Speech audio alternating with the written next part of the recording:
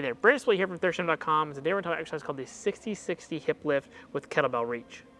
For this exercise, what you're going to need is a wall or a flat surface that you can put your feet up against, and a kettlebell. A dumbbell will work. I really like the kettlebell, but it really doesn't matter all that much.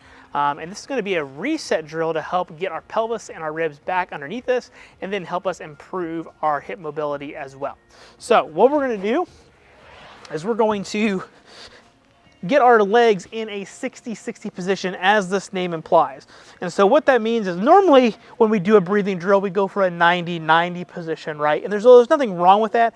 Some people have such poor hip mobility, like myself, that this position is not really a position that we have a whole lot of access into, okay?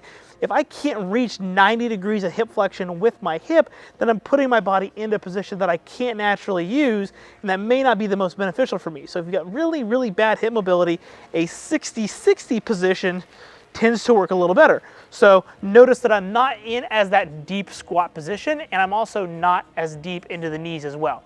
And so this can let me find my hamstrings much better. So feet are pressed flat against the box in my case. I'm going to make sure my pelvis is pulled underneath me. I'm going to take my feet, drive down the box, curl my butt off the ground, and just enough to find my hamstrings there. So I can feel my hamstrings, my back feels relaxed. This feels like a natural position for me. There's no pinching or anything in the front part of my hips.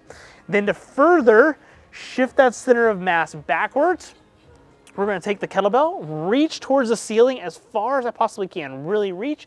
The reason I like the kettlebell is, one, it's really comfortable in terms of holding it in my hands, but the weight itself is going to force me to have to reach and get my serratus involved. And when my serratus gets involved, that's going to help influence my body to push the rest of my center of mass backwards. And so that can be very beneficial in terms of helping us with this drill. So reach as hard as you can. Again, we don't want to crunch down, okay? Just reach with your serratus.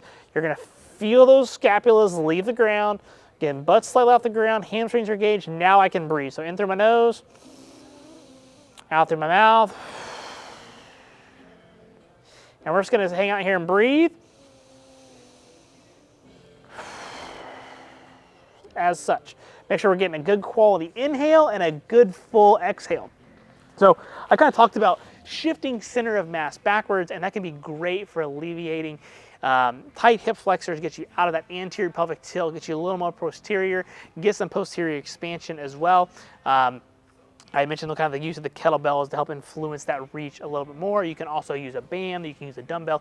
Anything's going to get you to reach forward will be great. So I really like doing this for 5 breaths for about 3 sets. This can be before training, it can be after training, it can be in between training, so as a filler drill. You do it off days, doesn't really matter, but this one drill alone with your normal hip mobility work will help immediately improve your hip mobility, helping your squats, deadlifts, and all your lower body extremity work. You got any questions?